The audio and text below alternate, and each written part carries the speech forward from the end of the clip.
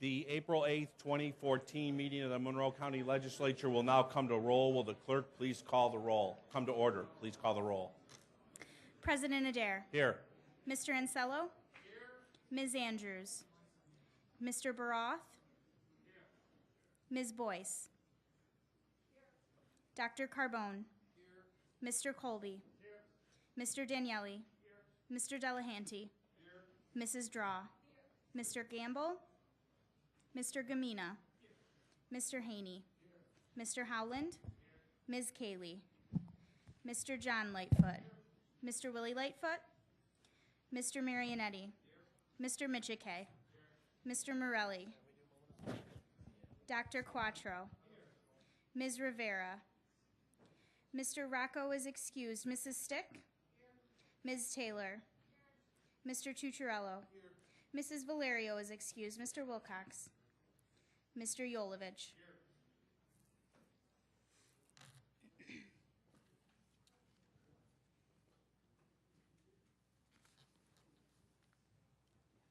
Willie.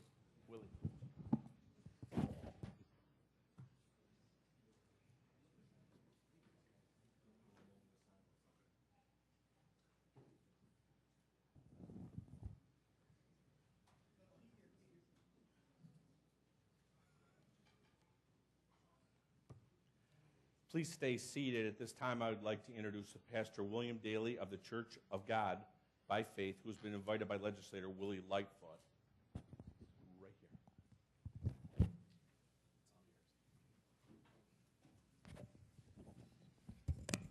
here. Let us pray. Our God, our Father, we thank you for this great opportunity, the Lord, to be here this afternoon. We thank you for your many blessings that you bestowed upon us. We thank you, Lord, because you woke us up this morning and you started us on our way. We have a right to thank you, Lord. You've been good to us, Lord, and you're good now. We ask, Lord, that you bless throughout, God, this session, God. Oh, Father God, bless these men, these powerful men, these powerful women here today, God. We need some help here in this city, God, and you got people in charge, God, that's going to be able to bring us out. Bless their safety, God. Bless their doing. Bless their decision-making, God, because you are the God of this salvation. You're the God of this world, God. We need you every day, every hour, every minute, every second of the day. We need you, God. We can't do without you, Lord. I want to say again, we thank you, and we appreciate us bringing us here, God. In Jesus' name, amen, amen.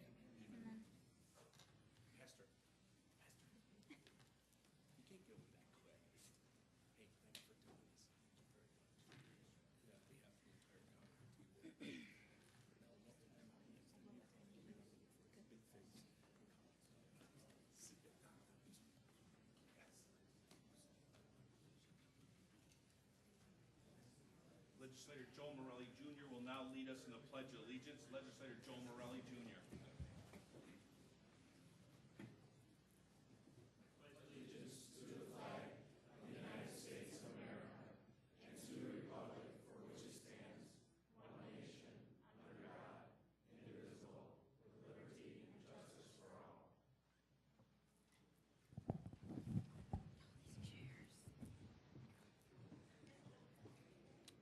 You have received your copies of the Journal of Day 3, March 11th, 2014. Without exception, that journal stands as submitted.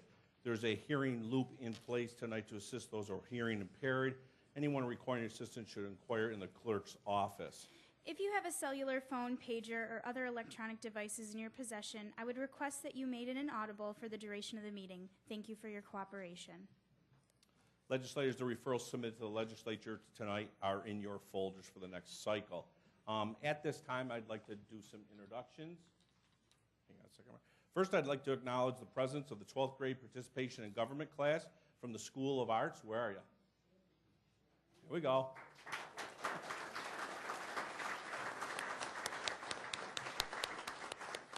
And they are brought here today by their teacher, Michael Condello. Mike?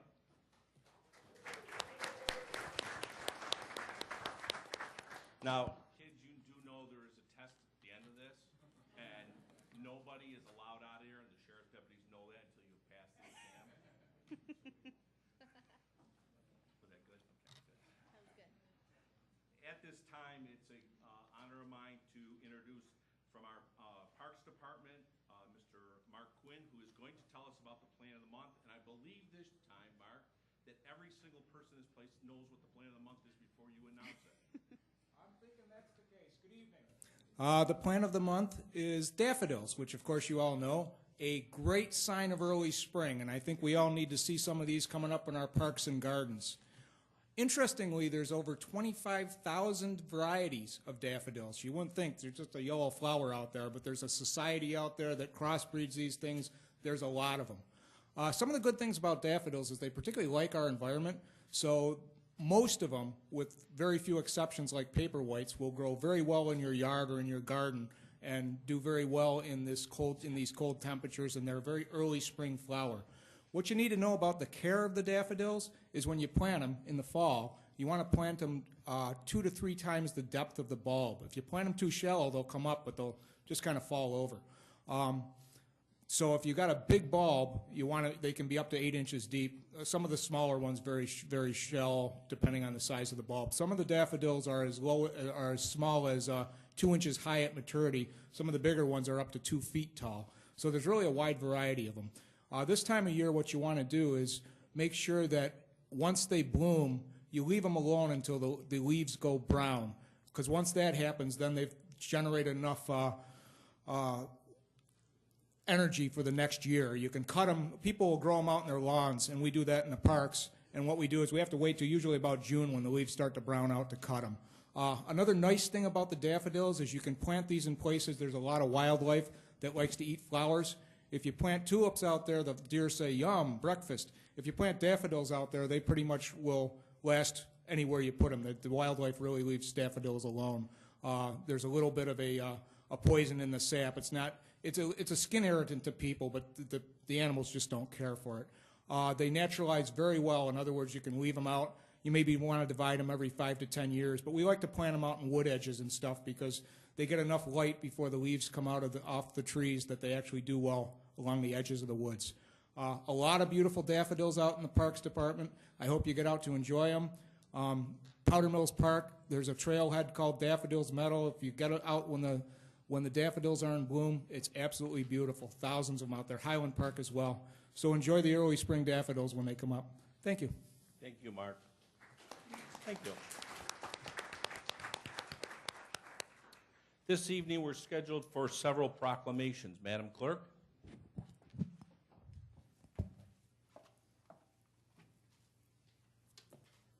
Would Mary Whittier and Anna Potter please come forward? Also, County Executive Maggie Brooks and President Jeffrey R. Adair.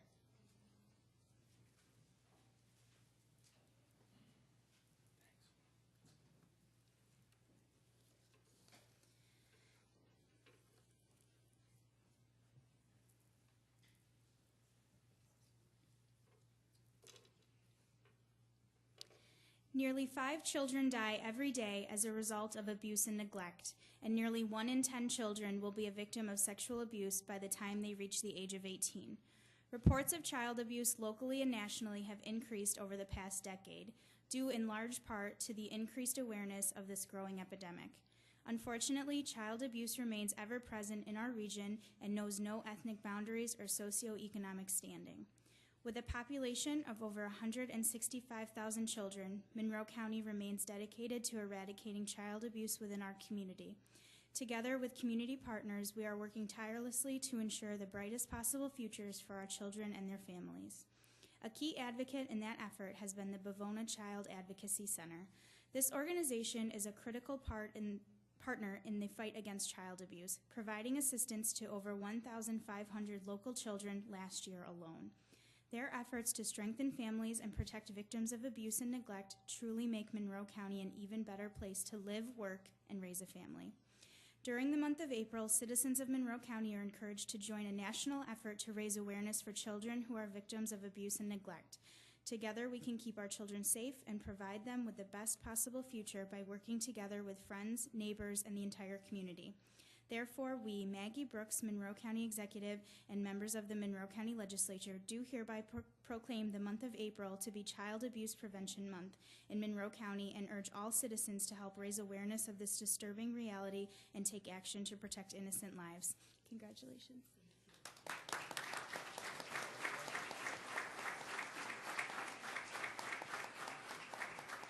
I promise I won't be long. You've got a full evening, it looks like. I just want to thank County Executive Brooks and the Legislature and Carla Boyce, who is a dear friend of the organization as well. And I think I saw Dan DeLoss here. Dan is one of our board members. You heard the numbers, and we as an organization have evaluated almost 12,000 children in just about 9.5 years, all in our community. And we do that through our 21 partner agencies working together. So the county is a big partner in this, and it is all of our responsibility to help all of the children in our community. So thank you very much for taking the time to do this. County Executive, we appreciate it very much. Thank you.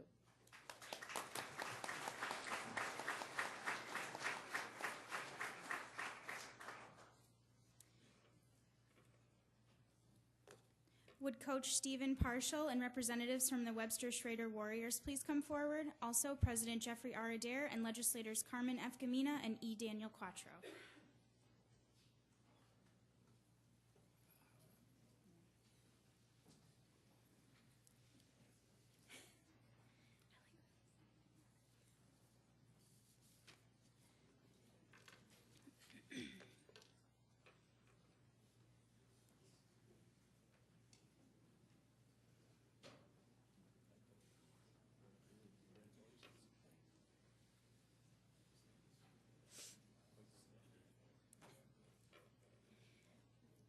Whereas ice hockey is a sport that requires incredible dedication, effort, and teamwork. The Webster Schrader ice hockey team certainly excels in each of those areas and used them to cap off a successful season with the highest possible honor, a state championship. And whereas the Warriors, led by Coach Steve Parshall and a roster filled with 6 seniors, finished the season 18-6-2 with a 2-0 win over Beekmantown in the Division II championship. They used the same formula which worked all season, namely scoring early leads and smothering the opposing team with defense and solid goaltending. And whereas the Webster Schrader ice hockey team proudly represented their town as well as the county as a whole, each team member contributed to their successful season and should be very proud of all that they have accomplished. And whereas Monroe County is pleased to have such young athletes in our community, especially ones who also serve as role models in their town, we are confident they will translate these achievements today into more success down the road. Now, therefore, we, Jeffrey R. Adair, President, and Carmen F. Gamina, Legislator District 8, and E. Daniel Quattro, Legislator District 15, on behalf of the entire Monroe County Legislature, do hereby recognize and congratulate the Webster Schrader Warriors ice hockey team on winning the 2014 New York State Division II Championship. Congratulations.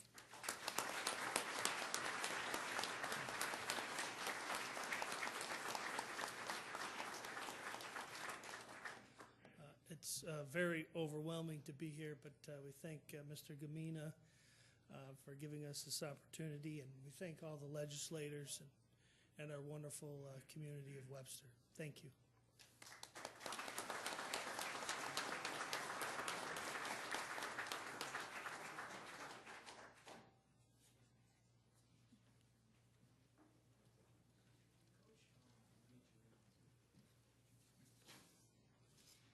Would Patricia Wayne please come forward? Also, President Jeffrey R. Adair and legislators Joe Carbone and Joseph Morelli, Jr.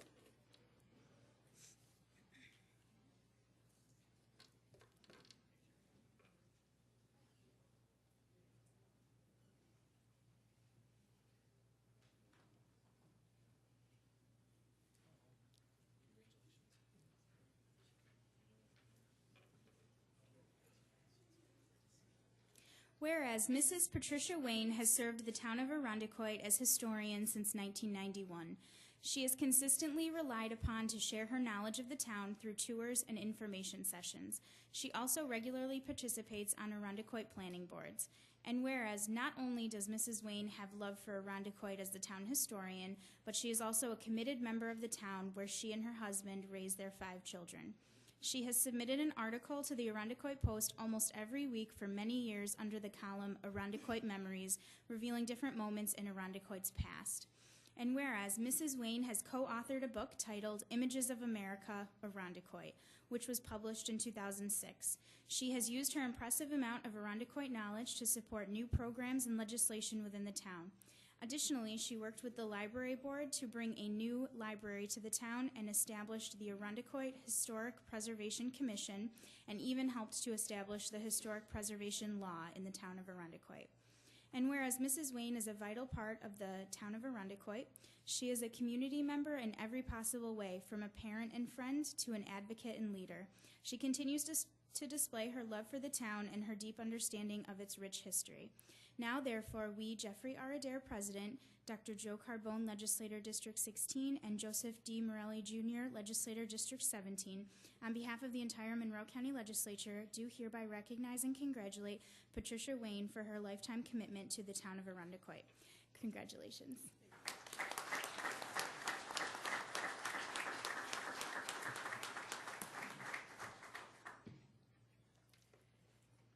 It's a great honor to be here. I want to thank the legislature for this honor, but I must say I share it with the 7 supervisors that I have served in Arundecoit and their town board, who never said no to me. I also want to, of course, thank the Arundecoit Historical Society and our 30-year president, Bob Raybach, who recently passed away.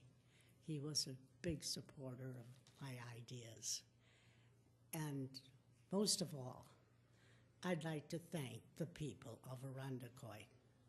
There is a plaque on the town hall wall in the lobby,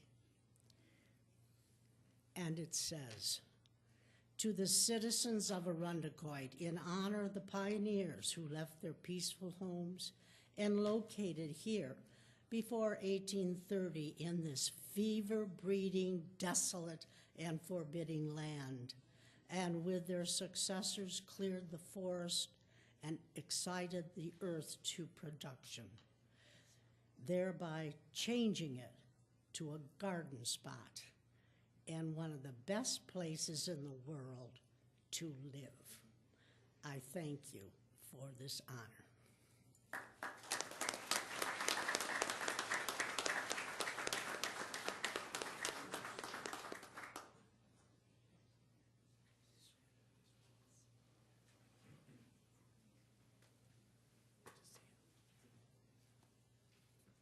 Would representatives from the Rochester Public Library and Monroe County Library System please come forward? Also, President Jeffrey R. Adair and Legislator Carrie M. Andrews.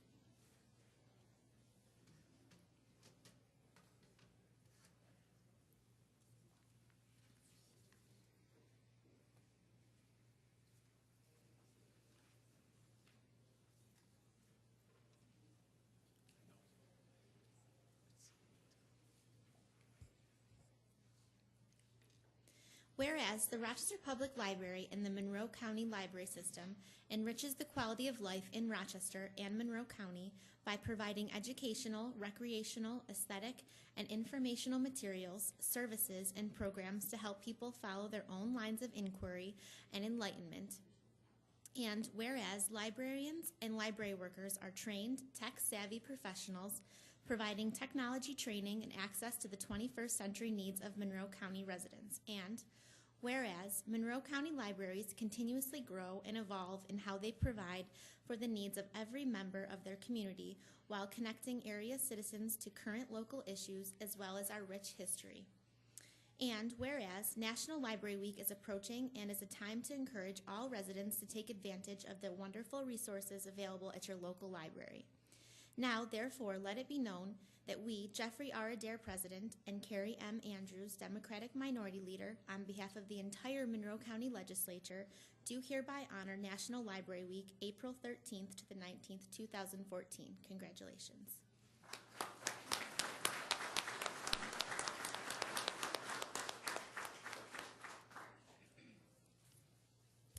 I'd like to take this opportunity to thank the Monroe County Executive and all of our legislators here today for the tremendous support that you all show to every library in Monroe County. Our residents of Monroe County are big users of the library system. More than 500,000 of our residents have library cards, and in 2013 the system circulated over 9 million items to residents of this county. So we're very pleased to have the support that we have, which is unusual in some areas of the state. So again, thank you very much for this honor.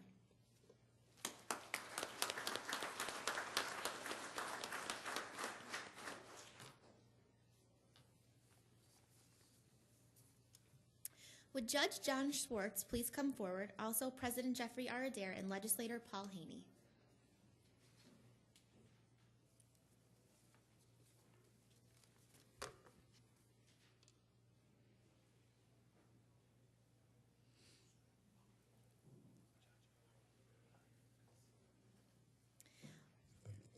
Whereas Judge John Schwartz has served our community in Rochester City Court for 30 years, during which time he also filled in to serve in county court. And whereas Judge John Schwartz founded the first drug court in New York State in Rochester in 1995 over the objections of many community leaders. Drug courts allow drug-addicted defendants accused of nonviolent crimes to avoid prison by agreeing to get sober under the supervision of a judge. There are currently 147 of these courts in New York, and Judge Schwartz's court has hosted many observers as his court became a laboratory for court reform.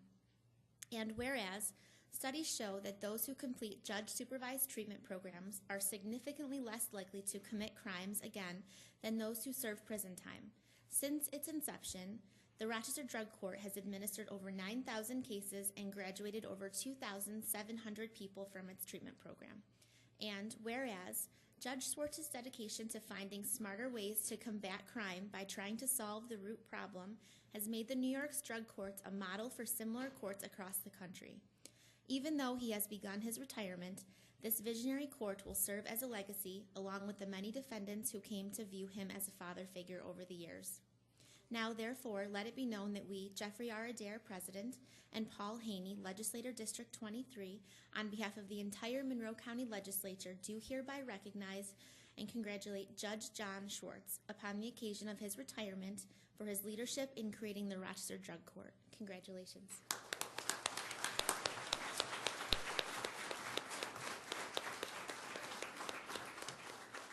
I'd like to thank the Monroe County Legislature for bestowing this honor on me tonight, but it doesn't belong to me. It belongs to the dozens of community partners that helped create and establish drug court.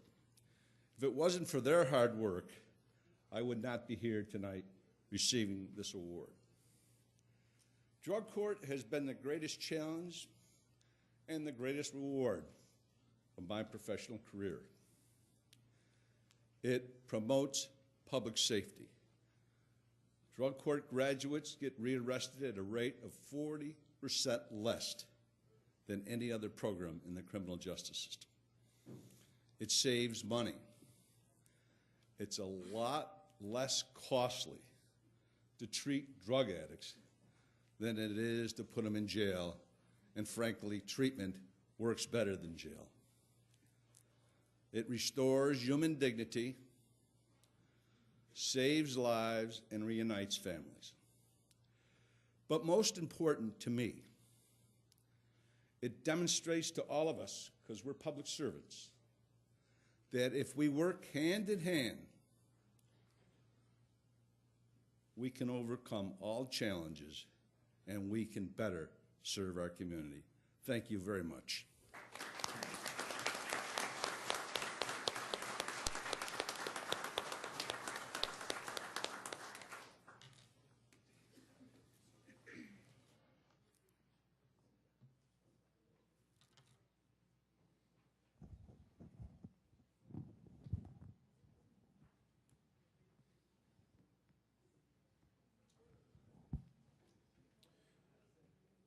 We will now recess for the purpose of holding a public hearing. I declare open the public hearing on Resolution Intro 126 of 2014, entitled Amending the Local Law Number 3 of 1988, entitled Local Law Amending the Monroe County Sewer Use Law.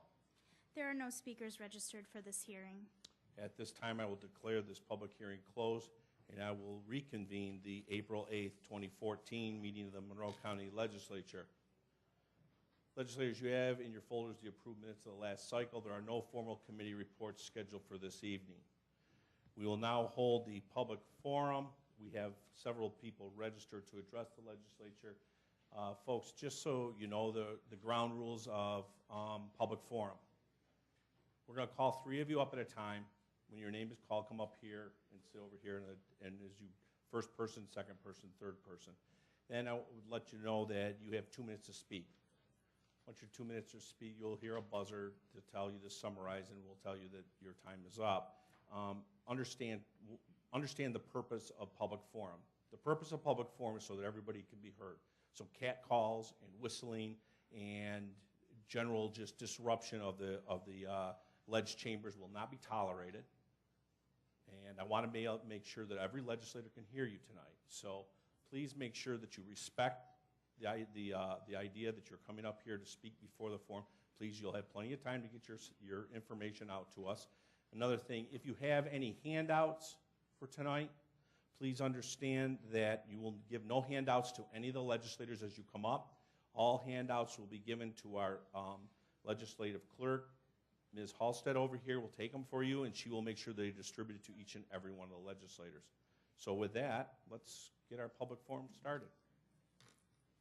If you require assistance, a deputy is available to assist you in approaching the lectern. I will call 3 people forward at one time. Each speaker will have 2 minutes in which to address the legislature, and kindly conclude your remarks when the timer sounds and exit through the back of the chambers. Thank you for your cooperation. Our first 3 speakers will be William Wu, Philip Fideli, and Michelle Ortiz.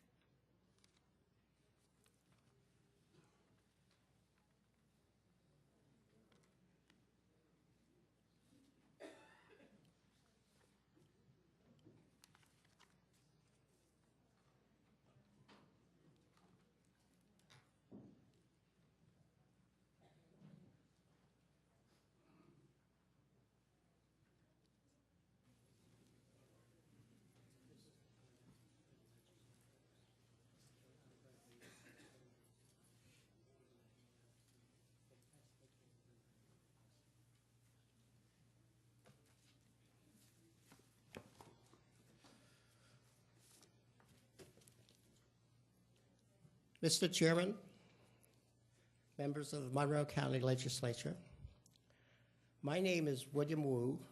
I live in Riverton in West Henrietta. This nation is strong because of the rule of law. I am speaking on the casino issue. The law is a two-edged sword.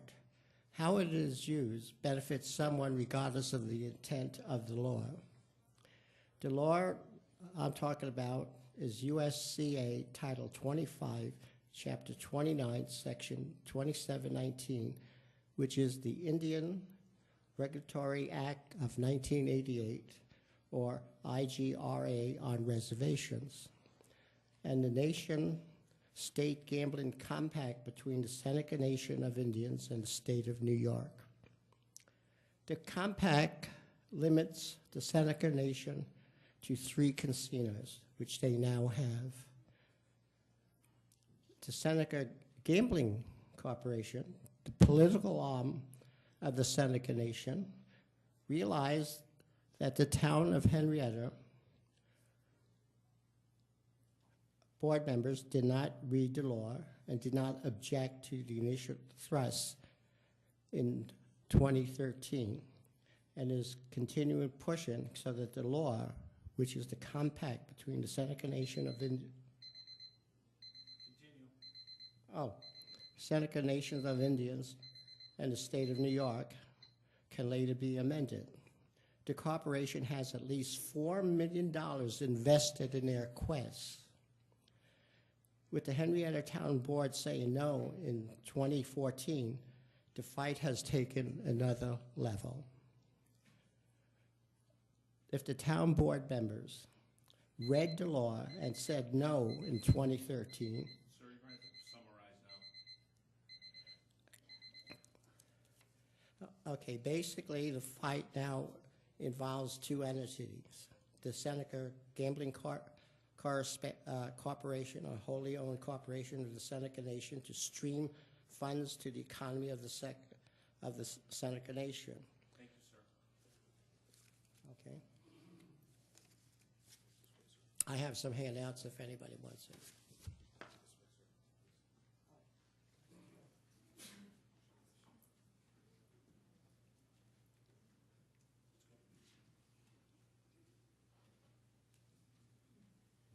Good evening, everyone. My name is Phil Fideli. A lot of people know me as Red. I own the Brookhouse restaurant out in Greece. And I'm here to speak against the consideration of the Seneca Nation Casino.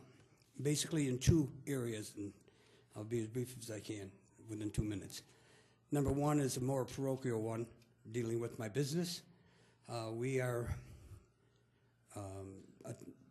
bound by all kinds of regulations, property taxes, sales taxes, labor laws, health inspections, all things that are not considered in the sovereign nation requirements. And secondly, and just as important, is the impact on the moral and social issues of our areas. Gambling is an addiction. I'm not a prude. I've done it all at a point of reasonableness. But even every day, walking past those scratch-off machines in all of the stores now is quite a job.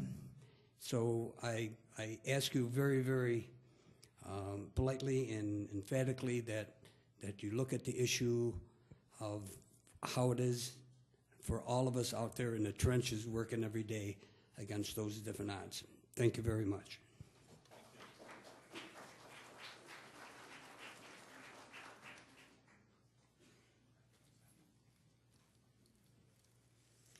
Good evening, members of the legislatures, members of the community, and my fellow coworkers. My name is Michelle Ortiz. I have been working for Monroe County Department of Human Services for over 16 years. In that time, I have spent 7 years determining eligibility for citizens of this community that have found themselves in need of services like housing, food, medical, daycare services. My coworkers and I assist the vulnerable people of this community. Those persons who have had to cope with the homelessness, drug addiction, health issues, mental health issues, domestic violence, and more recently, the 5-year economic downsizing, not only in our city, but all over. We have been asked to do more work with less people. We are here daily helping those in need, while some of us struggle at home with our own issues. All of us know someone or have someone in our family with the same problems that affect our community. I work with people with children with special needs, co-workers currently battling illnesses or cancer or treatment for radiation or chemo while still coming to work to assist those in need in our community. We have done this for 5 years, going on 6 now, with no raise, no compensation, no recognition or acknowledgement that the people in charge would consider that we are worth the cost of living raise. Our bills have gone up just like everyone else's. Our food costs, our gas, our housing needs, or our daycare. Our spouses have been laid off or downsized through no fault of their own. And as of December 31st, 2013, some are without their unemployment benefits. Currently, I hold the position of a social services investigator. I have the responsibility of upholding the integrity of the programs administered by our department to ensure that those persons receiving benefits are truly eligible for the programs funded by federal, state, and local policies. I'm here to tell you that I also protect the subsidies that you guys issue out there. We deserve and we command that we be acknowledged. We come to work every day with our family's problems, our elderly. There's not anybody out there in that galley that doesn't have a parent or a child or a sibling or a relative that has gone through any one of these problems. I ask you to look and talk to the administrators. Thank you. Our next 3 speakers are Donald Drexler, Suzanne Putnam, and Judy Francis.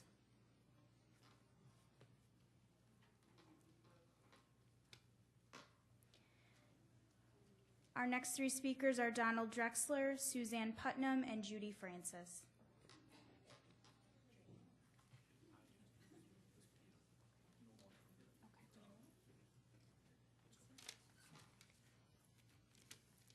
Hello, my name is Suzanne Putnam and my legislator is Carla Boyce. I wanted to speak to my experience working without a contract for the last 5 years, specifically in the last 2. Let me start by saying that I love my job, I love the people I work with, and I am proud of the work that I have done for the agency. I started the agency in 2004, but have worked at a civil service job for the last 15 years. I started work at Monroe County as a clerk. I then moved to an examiner and then to a senior examiner. The work that I have done has been done with a compassionate heart and an eye on the taxpayers' money. On October 2012, I started experiencing headaches, and on November 13th, I went directly to the doctor because I thought I was having migraines. I'm sorry, I'm an ugly crier. My doctor sent me directly to the emergency room as my blood pressure was at stroke level. When I was at the hospital, the emergency room doctor poked her head in my curtain and said, "Do you know your kidneys aren't working?" I was hospitalized until 11/17 as they tried to figure out what was going on. On 11/27/13, I was told I had 2 types of kidney disease, that I only had 9% kidney function, and I would need a kidney transplant. I would need to start dialysis as soon as possible. I came back to work on November 30th because I care about the job I do and the people that I work with. I worked until I had surgery on 12/17 because they had to put a catheter in for me to do dialysis at home. I chose to do dialysis at home so that I could continue to work and minimize disruption to my team and the community that I serve. I came back to work on New Year's Eve. On January 29th, I started doing dialysis every night in my home from 9 p.m. to 5:30 a.m. During that time, I was doing dialysis at night. I continued to work during the day. I rarely missed work. I scheduled appointments with my nurses at lunchtime in order to be at work. I did this until I received my kidney from my sister on November 26, 2013. I returned to work on February 3rd, 2014, sooner than was expected. This is my story, one story, and this is the caliber of people that work for the county who are Federation of Social Worker members, caring, committed, dedicated workers representing the very best of this county, and we deserve a contract that reflects our value. Thank you for your time.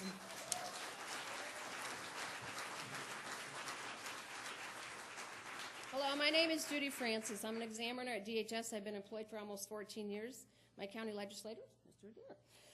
I belong to the Federation of Social Workers, Union IUE CWA 381. I come here tonight in response to the recent union contract proposal that was voted down on 3/14/14.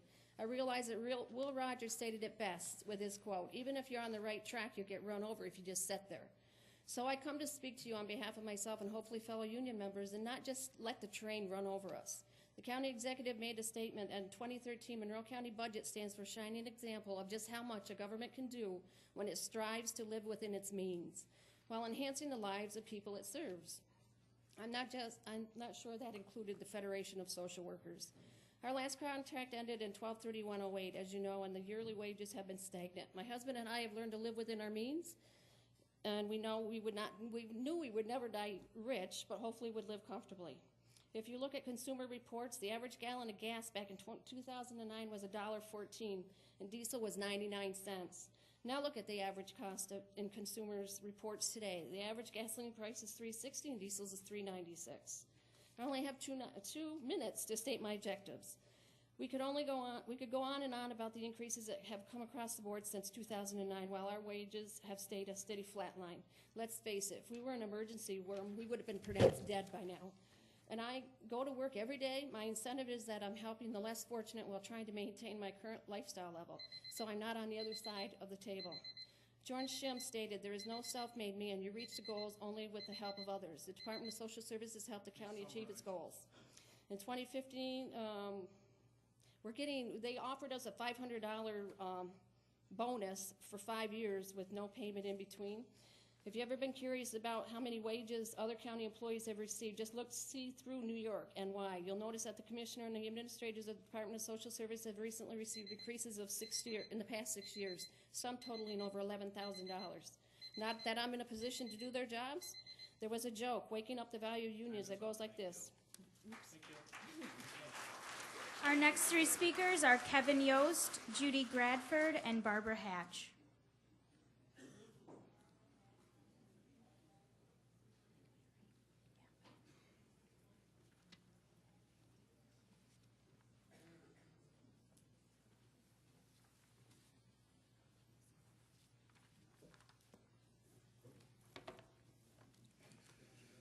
Honorable Chairman, honorable members of the Monroe County Legislature, my talk tonight is about the casino. I would like to request about almost another minute in my summary.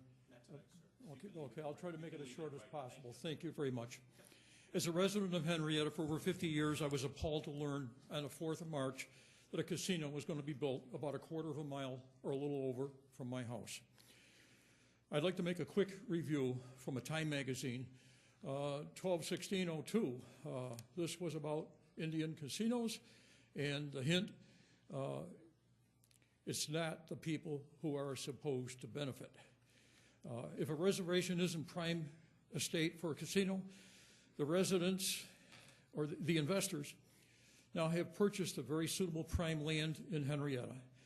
I will never know who those people are, except the coalition has received financial support from the Western Region Off-Track Betting and the Finger Lakes Gaming Track. The very next step is to instruct their lawyers and lobbyists to persuade the government to designate the land as a trust, as reservation property is called. Once this happens, building a casino is the next cheapest step, and the town of Henrietta and Monroe County has lost. 2 weeks ago, I was there and I asked for information about the casino, received nothing, they walked away from me. Please summarize, sir. Okay. There's almost no oversight of the backers of the Indian Gaming Commission. The understaffed, underfunded, underperformed, and undersupervised agency is supposed to police gambling on Indian reservations, knows little about most investors. Under its regulations, the agency must approve management contracts between outside companies and tribes, but a billion-dollar loophole allows tribes to retain companies under consulting agreements without NIGC's approval. Can I just finish a couple words here? Almost all tribes are utilizing consulting agreements to circumvent the regulatory and enforcement authority vested in the National Indian Gaming Commission. Thank you very much. Have a good day. Our next three speakers are Kevin Yost, Daniel Spitzer, and Pastor... Oh, I'm sorry. I'm sorry.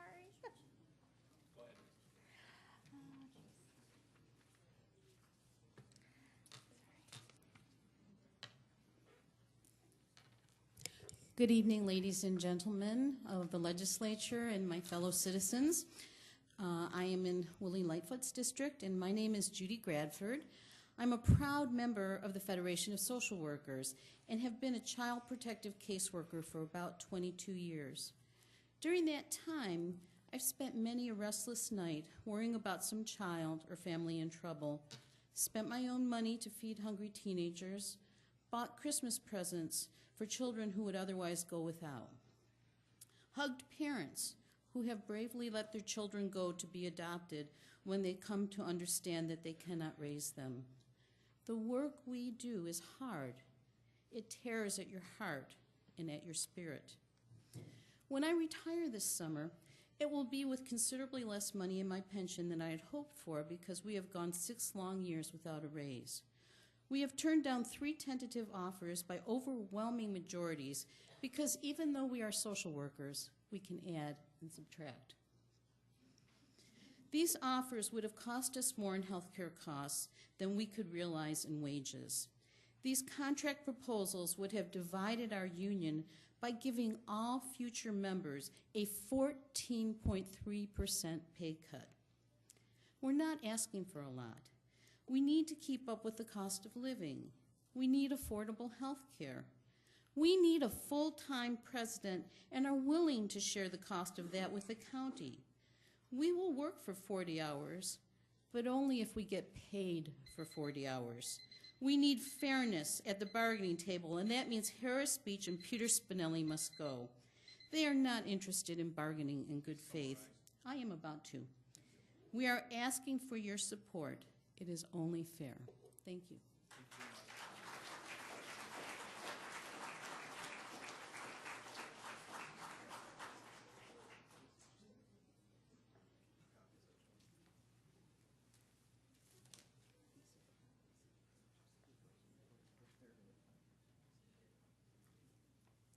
My name is Barbara Hatch, legislators and friends.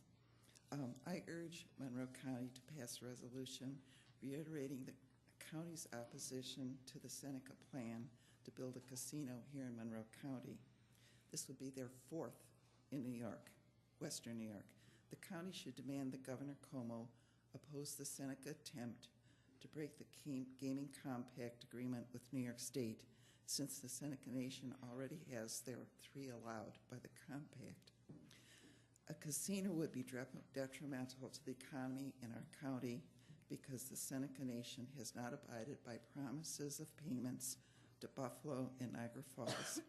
Now they are promising millions to Henrietta. These millions would be a small part of $1 billion being sucked out of our local economy, Monroe County, and 50 miles around. For each dollar the state might receive from the Senecas, they said might, the host community might receive 6 cents on that dollar. A sweet deal for the state, but a bad deal for the host community. Common Cause has stated that Governor Cuomo received $751,000 toward his campaign, and another $2.1 million was given toward election campaigns throughout the state. You've been provided a copy of Dr. Siegel's analysis. He's a doctor, Niagara University, analyzing the devastating effects of the Buffalo Casino and unfair business practices. They do not pay sales tax. They sell food below cost, hotel rooms below cost, give free liquor 24/7, more drunk drivers on 390, and is devastating for our local economy. They promise good jobs, but they do not pay FICA. They do not pay unemployment, disability for people who work in a smoke-filled environment. Thank you. Our next 3 speakers are Kevin Yost, Daniel Spitzer, and Pastor Jose Rodriguez.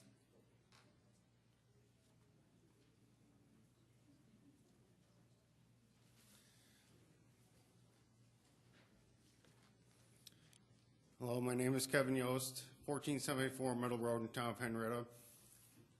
A few years back, Irondequoit Bay Park East on the Penfield side was renamed Abraham Lincoln Park, a fitting tribute to one of our great presidents, great emancipator, one of our forefathers, and likewise the wetlands in Ellison Park on the Brighton Penfield water were named Lucian Moore wetlands in honor of our county's first executive. However, there is still Irondequoit Bay Park West on the Irondequoit side, which is left as it is, even though Bay Park East has been renamed. I would like to suggest that Irondequoit Bay Park West be also renamed after several of our great presidents, either Theodore Roosevelt Park, Dwight Eisenhower Park, Ronald Reagan Park, John F. Kennedy Park, Harry S. Truman Park, or Franklin Roosevelt Park. Thank you. Thank you.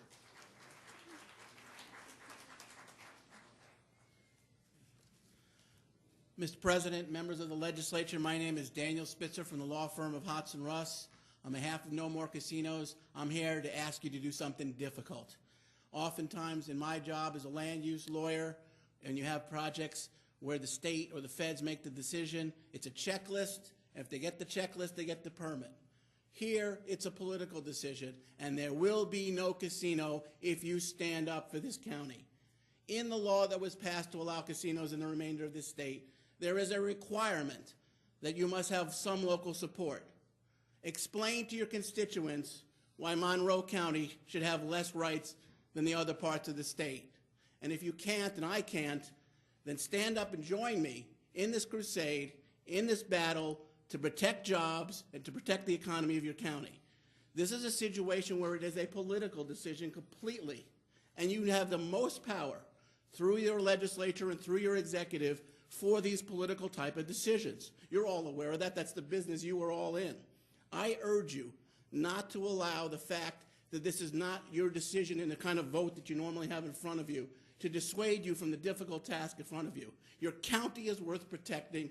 Read Dr. Siegel's study to see what's going on in my city of Buffalo.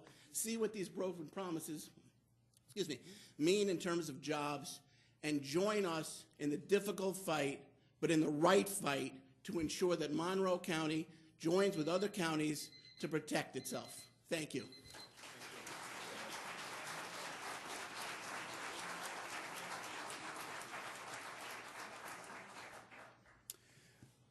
First of all, I'd like to thank this chamber and the work that they do in representing us in many issues. And I'd like to start out by citing the preamble of the New York State Constitution as I speak out against this casino initiative. And I quote, "We, the people of New York, of the state of New York, grateful to Almighty God for our freedom in order to secure its blessings, do establish this Constitution. I, therefore, as a man of faith, and on the foundation that our state constitution is not a secular document, I bring my appeal to your sacred conscience." In Romans chapter 13, the Bible says that people in your position are ministers of God for the good of the people. But how much good would it do for those that will become addicted or are already addicted to the vice of gambling if you should approve greater accessibility to it? Growing up, my siblings and I had to bear with the dysfunction of an addicted mother that just had to have the money for her 7-day gambling habit. She thankfully got over it, but it came at a greater cost than just money. I have a cousin whose husband regretfully took his own daughter's college fund to lose it all to gambling. That marriage ended in divorce. Not so long ago, an aunt that suffered the humiliation of filing for bankruptcy, losing her houses because my uncle in passing left her with a $260,000 debt due to his gambling addiction. The scripture says that it's the love of money that is the root of all evil. I submit before you that the secularization of our communities, along with the love of money over God and its neighbors, is piercing us all with many sorrows. It all lends to the breakdown of our better conscious decisions, the breakdown of our families, our society, and economy. Please say no to this gambling initiative. Thank you. Our next three speakers are Cassie Gratton, Dorothea Champlin, and Annalise Rogers.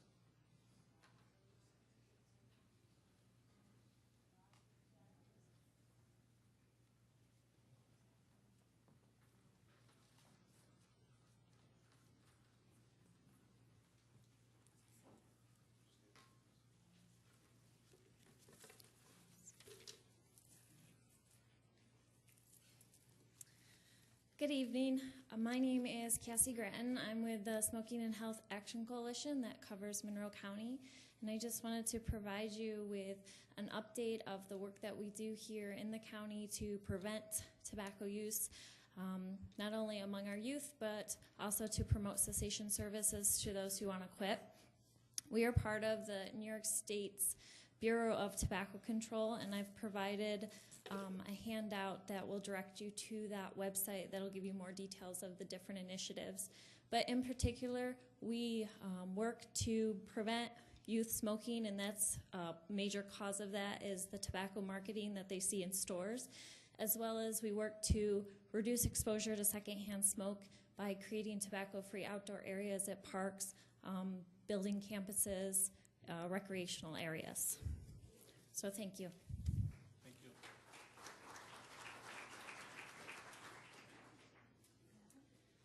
My name is Dorothea Champlin. I'm a 27-and-a-half-year veteran of the Department of Social Services and the Federation of Social Workers. And I'm not here to tell you how hard we work or how much work we do, because I'm done tilting at that particular windmill. I'm here to tell you why I voted no to the last contract offer.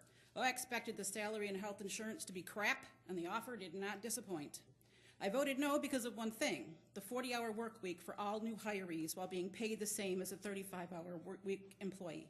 And I will vote no to any proposal that contains it. I cannot fathom how that is legal, but it is fundamentally wrong. Because of blank, you will work for less money. I don't care what you fill that blank in with, because you're black, you're white, you're male, you're female, you're gay, you're straight, you're fat, you're skinny, you're a Democrat, you're a Republican, or hired after a certain date. It is just wrong. It is also nothing but a tactic to cause division, weaken, and bust our union, and I, for one, will never throw my past, current, or future brothers and sisters under the bus. For the record, I have no problem with a 40-hour work week. You want a 40-hour work week, that's fine. But it's across the board, and you pay us for a 40-hour work week. Thank you.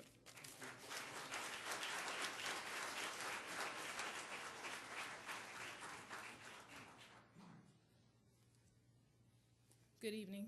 My name is Annalisa Rogers, and I also work for the Smoking and Health Action Coalition. I'm going to make this very brief. My colleague spoke earlier about some of the issues we're having with smoking making a resurgence in our communities, and we still have quite a bit of a fight to still get through. And I'm looking for you guys' support for that, and I look forward to working with you in the future. Thank you. Our next three speakers are Deborah Bowen, Reverend Reuben Goff Jr., and Monica Hanks.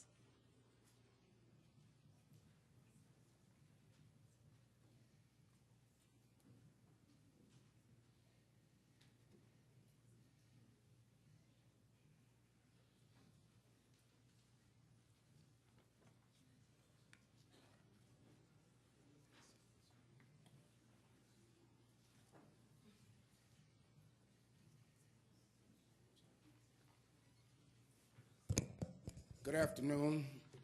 My name is Reverend Reuben L. Goff Jr. I love New York State. We are not poor, we are not destitute, and we are not hungry. Why are we allowing ourselves to get caught up in gambling and casinos? This no more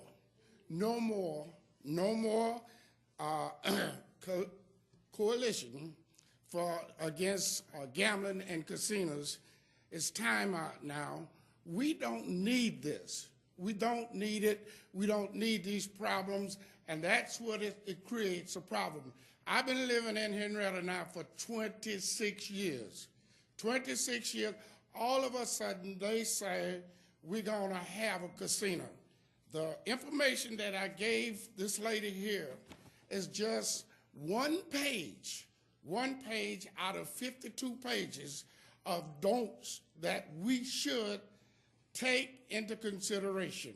Number one, it says it hurt the economy. No vacancy, no benefits, job killer, and it's your future and your children's future. Now, let's one second. I want to say this. How many of you in here work now and they don't take Social Security and so forth and so out of your paycheck? Not a one. How many of you would work on a job that you don't have no incentives, no nothing? Please summarize. Not a one. Think about it. Think about it. Think about your future. Thank you.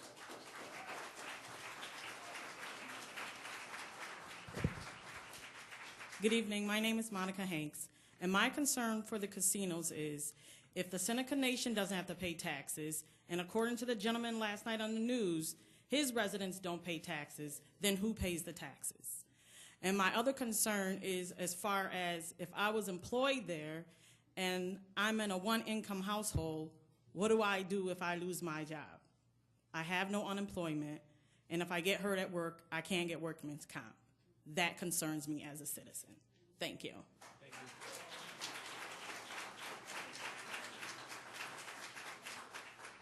Good evening. My name is Deborah Bowen. I'm a citizen of Rochester, New York, and I'm in support of No More Casinos Coalition.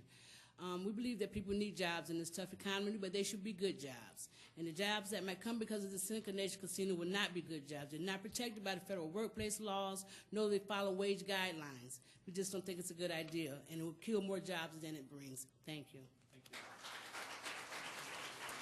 Our next three speakers are Jacqueline Meny, Lois Verdi, and Carla Cates.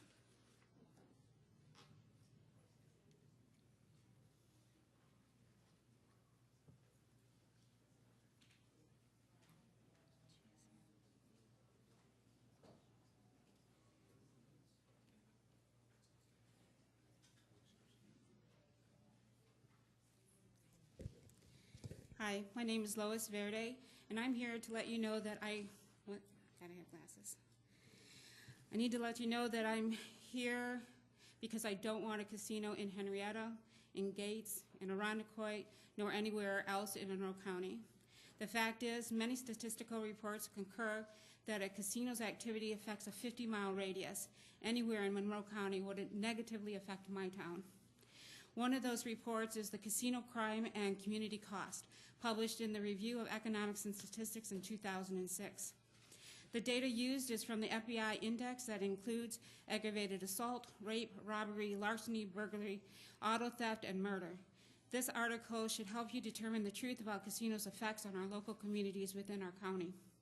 Some of these negative effects are 8.6% of property crime and 12.6% of violent crime in counties with casinos was due to the presence of the casino. Casinos do not just shift crime from neighboring regions, but create criminals. It takes only 1 year for a man or woman who got hooked on video gambling to become a compulsive gambler, and 4 years for table games. Crime-related social costs in casino counties are approximately $75 per adult per year. For Monroe County's 686,000 adults, that would be a cost of about $51,500,000 for those crimes. Additional studies state that the Pavilion tax would collect 60 to 96% of a casino's profits, and the bankruptcies are up by 10% 4 or more years after casino opens. Please consider these facts and findings, as well as the facts and findings from the Siegel report that stand in with the people. I have here over 3,000 signed petitions from people in Monroe County, all requesting that you sign a resolution against the Seneca Casino in our community and let Governor Como and the DOI know, not here, not now, not ever. Thank you. Excuse me, the gentleman has the petitions? No. No? What do you want done with it? Hand them in the back to the officer and the clerk. He wants it over here. Don't bring it in a box next time.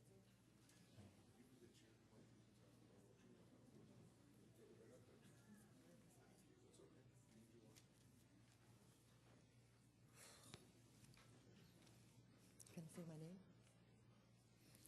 My name is Jacqueline Meany, and it's been a long time for me getting here. I'm here to talk about a program that I don't know a lot about, but I've been involved in it since 2006. It was done in family court in front of Judge Kohout, where basically I lost my life as I've known it. This is the most horrible, most degrading, most humiliating, just so bad on every level program. And I just come to learn of it to be a program. In fact, it is my belief that it's a research study. My family, I feel like, literally sold me and my daughter, my only daughter, the miracle baby that God gave me at 35, into slavery. And it was all done legally, where somehow, without my knowledge, consent, or understanding, my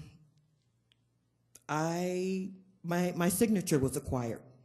And this is why I've been told over the years, like under the mental health umbrella, when I would say, you guys are violating my rights, which my rights have been grossly violated. Because when I tell you there has been nothing too bad from these people to do, I mean nothing. All the way down to, I can remember when my tooth broke and I found this clog wheel thing in my gum.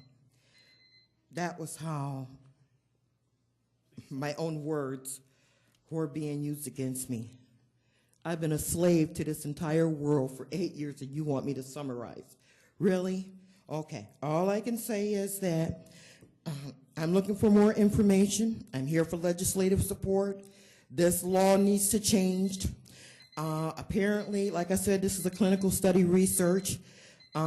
There is no distinctive way that you can tell where to go and get help. There is no identifiable help, period. I have gone back and forth, even at the legislative office. I have been turned away. I guess I'll see you at the next meeting. By the way, I have worked 8 hours, hold on. I have worked 8 years for the past 24 hours round the clock because they call it moment-to-moment assessments for the county, and I have not been paid $1. Our next three speakers are Darius Walker, Sister Grace Miller, and Marie Call.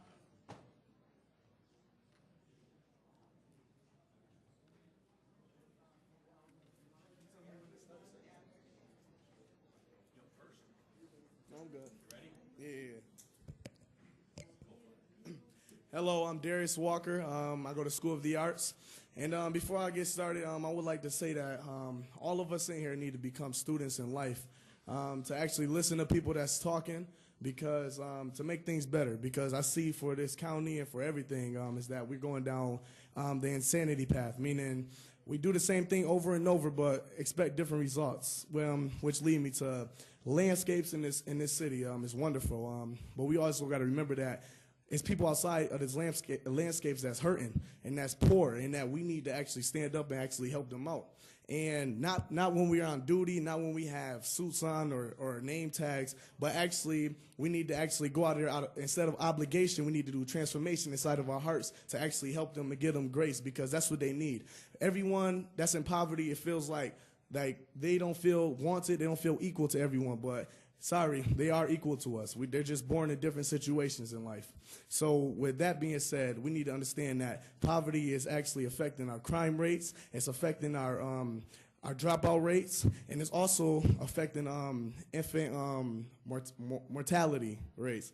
And we need to understand that we need to actually do something about this and stop thinking that it's all about showbiz, because it's not. Because people out there, whether the camera on or not, they're still hurting. So we need to get up. Thank y'all, and God bless.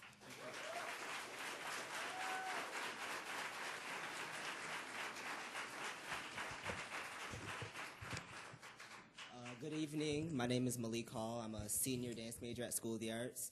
I would like to talk about the Rochester City School District. The first thing I would like to talk about is the dress code. School of the Arts has a very specific type of dress code, but that specific kind of changes every year. We are able to wear shorts that are, 2 fingers length above our knee. The next year will be a whole postcard length, which is 4, 5, even 6 inches. I also want to talk about our school lunches. A child's nourishment is very important, and oftentimes we're fed food that aren't edible or are less appealing. Sometimes we're even given food that isn't fully cooked, which is nasty, it's unsafe, and it's unsanitary, and overall it's just not right. I also want to talk about school times. SOTA students arrive at school at 8:05, and we leave at 2:55. With all the extra activities that a normal high school student will go through, they wouldn't get to bed until 10 or 11:30 at night. And having to get up at 6 o'clock, that equals to about 8 or 9 hours. There have been studies going on that says that a growing teenager or a young adult does not work to their fullest potential without having the maximum 12 hours of sleep. And I think that's something that we need to change. We need to change the school times, we need to change the school lunches, and we also need to change our dress attire. Thank you.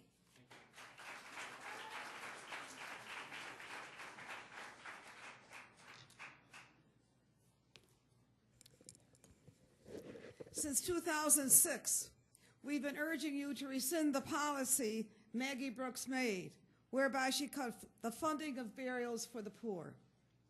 Our pleas have fallen on deaf ears. Today, we still plead with you to change this policy, which is causing terrible grief and anguish among the poor, and you still refuse to hear us. Believe me, since you refuse to listen to us, believe me, your day will come, and it won't be a happy one. You're still laughing, aren't you? Yes, you are. And I think it's very impolite.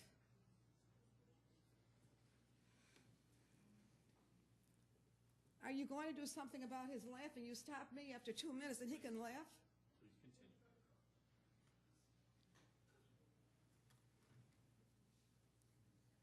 I don't have to wonder what Pope Francis would say to you were he to stand here before you in these chambers. And I say this especially to the Catholic Republicans sitting in these chambers. We're trying to help our homeless to live. Many are dying due to their stress and hardship. But do you care? Right now, we have a homeless person who was taken off the streets and put into an apartment. He was found dead in his apartment. The family is planning his burial. They are planning on cremating him, not because they want to, but because they don't have the money for a dignified burial for him. Will the county give him more than $1,250 for the funeral? Will you fight for this man? That his body will not be put into a cardboard box and be buried in the swampy grounds of your infamous Awaka Cemetery? Would you who make these policies for the poor allow your own son or daughter or loved ones to be put in a cardboard box into swampy ground? And if you prefer cremation, at least you have a choice. The poor do not have this choice because you have mandated that because they are poor, they don't deserve a choice.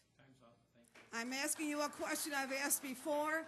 How many of you pay $1,250 for funerals for your loved ones? You pay more than that for flowers and receptions. Our next three speakers are Mike Nolan, Jack Cargill, and Joan Benetti.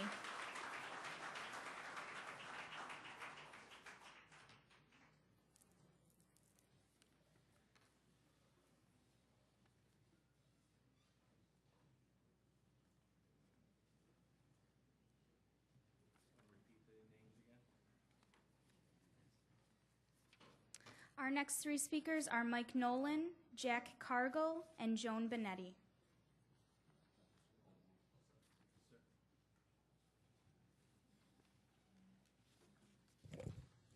I'm Mike Nolan, Chief Operating Officer of Western Region Off-Track Betting, and thank you for letting me appear before you tonight. Of course, as you know, we're owned by 17 municipalities in Western New York. We've operated since 1973. We're owned by of the two here, Monroe County and the city of Rochester. Since 1973, we've given over $215 million back to them 17 municipalities, and in the last 5 years, we've given $161 million back to New York State education. We are part of the No More Casinos Coalition, along with 71 other businesses in Monroe County. We have several OTV parlors located throughout the county, and we do have Batavia Downs Gaming. We've been dealing with the Seneca Nation since 2005. The business setup and the compact that they have is incredibly unfair. Us will mirror what will happen to the businesses in Monroe County. We pay a 60% tax rate. They pay a 25% tax rate. We can't compete in that business. Your restaurants will not be able to compete. We pay sales tax on everything. If we have $10 million worth of business come in, Genesee County will get 8% sales tax on that. Seneca Nation, you get none, no sales tax. Niagara County collects no sales tax on the Niagara Casino. So what you have is if you, well, that was fast. If you have a restaurant, a liquor store, they already have a head start. They have to pay sales tax. Summarize. We're owned by 17 municipalities. The counties in red have done a resolution for the governor not to allow a casino in Monroe County. We ask you to join your colleague counties and say the same thing. You belong to the 19-county Inter-County Government Association. They also approved a resolution not to allow the Seneca Nation to expand any more gaming west of Route 14. Thank you very much. Thank you.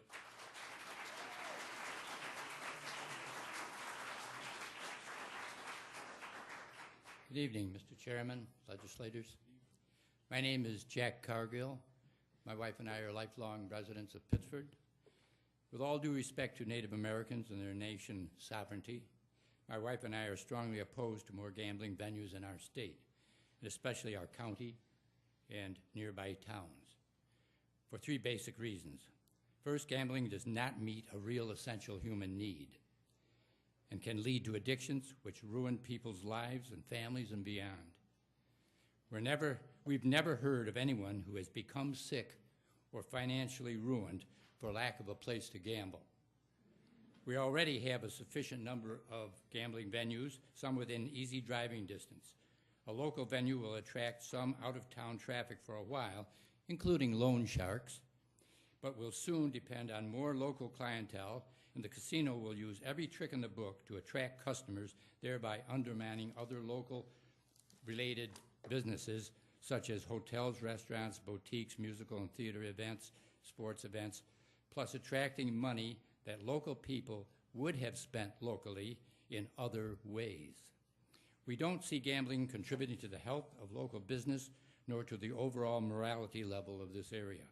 Thirdly, the general public has little or no idea what Native American sovereign ownership of land and operation of business entails regarding two important issues. A, what is a Native American sovereign nation business required to contribute to the state, county, and town relative to taxes, permits, etc.? What other rules and regulations is a Native American sovereign nation subject to and or exempted from? Thank you. Thank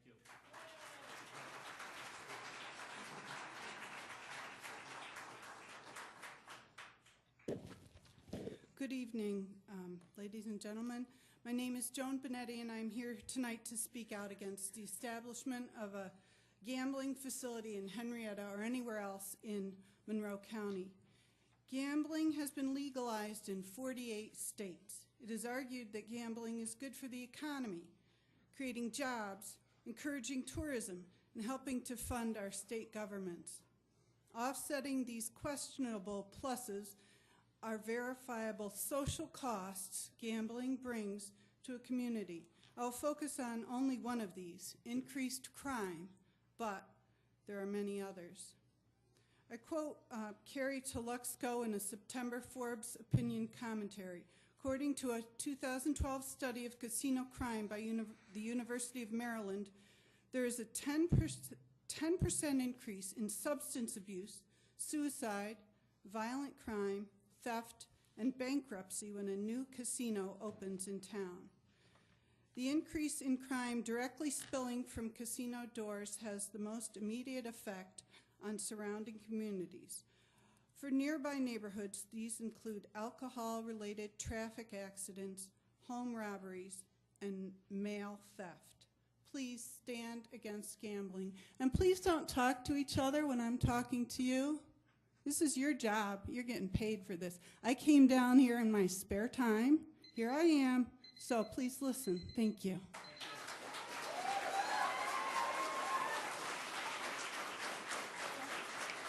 Our next three speakers are Julie Garrett, Dorothy Martin, and Rita Lewis.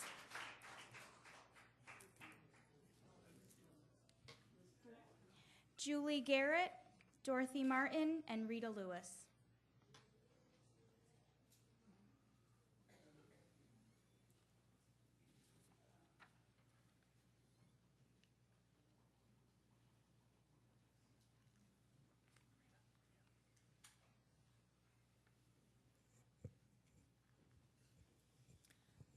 Regarding the burial issue,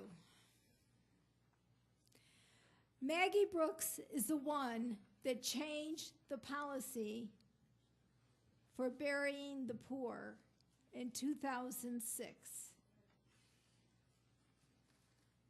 And ever since, she has brought an awful lot of pain and suffering to poor people who are trying to bury their loved ones. For the first few years, there was a fund that we could tap into. It did help. That fund is no more. So right now, there is absolutely no other assistance for the poor families. They've been coming to the House of Mercy. We struggle. We struggle. We do not have the money that you all have to carry this burden by ourselves. And we shouldn't have to bury them. We shouldn't have to carry the burden of burying the poor alone. because it is your responsibility. You are the legislators. You are the ones running this county, and you do have the power to change that policy. You could change it if you chose to. You could make it the way it used to be. Paying for the cemetery, paying for the casket, paying for the necessities of burial. That's all we're asking for. And it is darn right sinful that you refuse to do this. It isn't right. You know it isn't right. And if you want to stop us from coming and reminding you month after month after month since 2006 what your responsibility is, if you want to get us to stop doing this, change that policy, make it fair and just.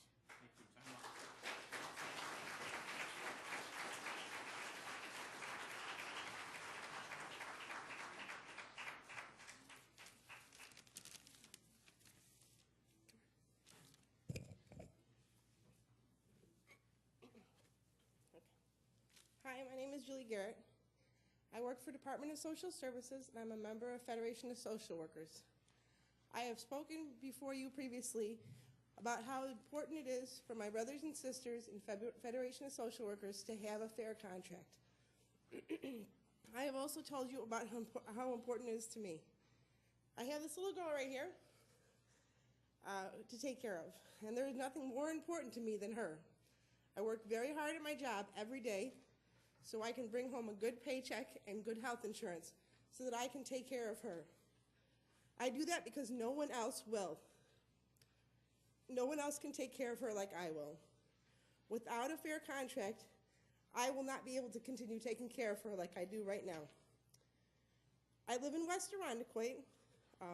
Prior to Election Day, my legislator told me that he was a union guy. So I asked my legislator now, will you help the Federation of Social Workers get a fair contract? Have you told your fellow legislators about the good things that unions can do? Have you told them that union members fight for fellow members and for their community members? Unions fight for what's fair and right.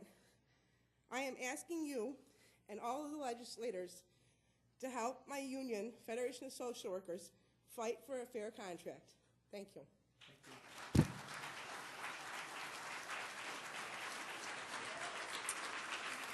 This concludes the public forum.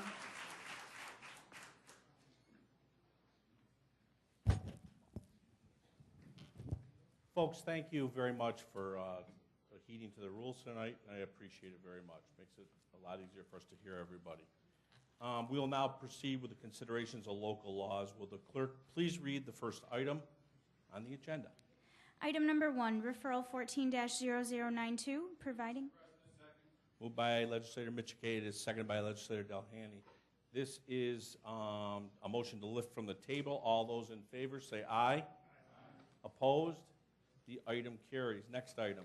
Item number 2, referral 14-0092. It is moved by Legislator Michikay and seconded by Legislator Delhaney. This is the motion to adopt. Is there any discussion at this time? Seeing none, all those in favor indicate by saying aye. Aye. Opposed? The item carries. We will now proceed with the considerations of motions, resolutions, and notices. Will the clerk please read the next item on the agenda? Item number 3, referral 14-0116. It is moved by Legislator Ansello, seconded by Legislator Yolovich. Is there any discussion at this time? Seeing none, all those in favor indicate by saying aye. Aye. Opposed? The item carries. Next item. Item number 4. Legislator. Make a motion that we move the agenda items 4 through 22 with the exception of items 15 and 20. Thank you. Is there a second to that? There is a second to that. Second, the motion is to move everything except the items 15 and number 20. Am I correct? Very good. Is there any discussion on that? Hearing none, all those in favor indicate by saying aye. Aye. Opposed? The item carries. The next item is item number 15.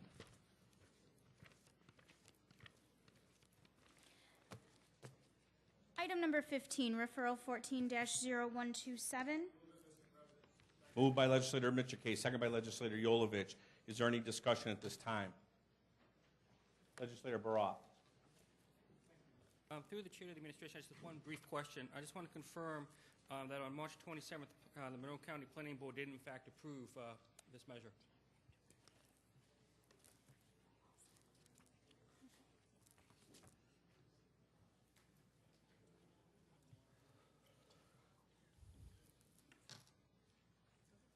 Through you, Mr. President, that's correct. That's all. Thank you much. Okay. Is there any other discussion? Seeing none, all those in favor indicate by saying aye. Aye. Opposed? The item carries. On to item number 20.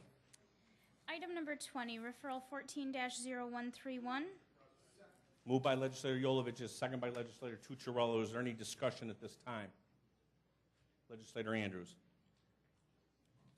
Mr. President, through you to the administration, from the information we received, it looks like there's about $7.2 million worth of properties here. And my question is there a projection for how much the county anticipates to receive from the sale?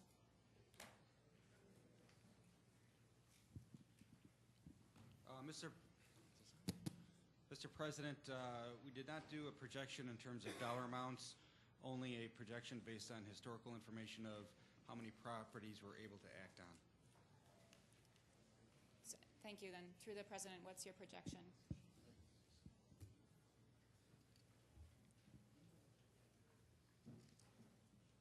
Mr. President, can I, before I ask for that question to be repeated, can I clarify if the question pertains to the sale of liens or the actual foreclosure of a property? Through the President, the sale of the liens. My real question is if there's any projection built into the budget for revenue based on this referral passing this evening. Mr. President, sale of tax liens is actually a different issue. We do have a budget amount for the sale of tax liens. I believe it's $10 million in the 2014 budget. This particular referral is for the in-rem foreclosure process. Sorry then, Mr. President, my mistake then. For this referral specifically, is there any estimate built into the budget for revenue that you expect to receive if this is passed this evening?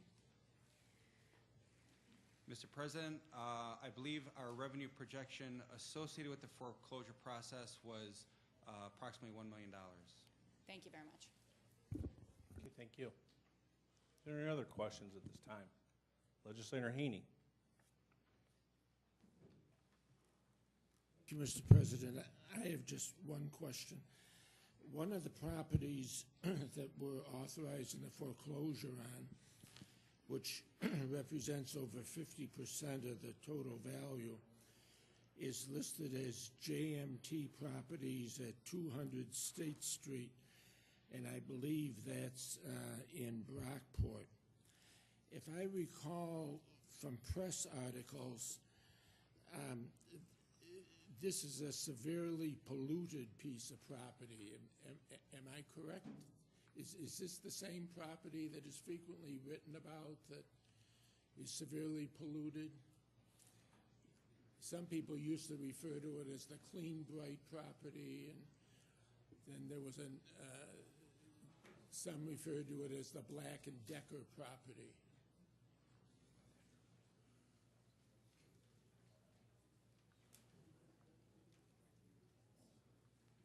Mr. President, this is the former Clean Bright facility, and I believe it is a designated brownfield.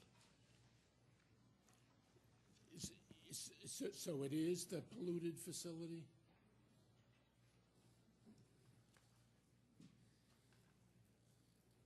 President, this piece of property is a designated brownfield. Well,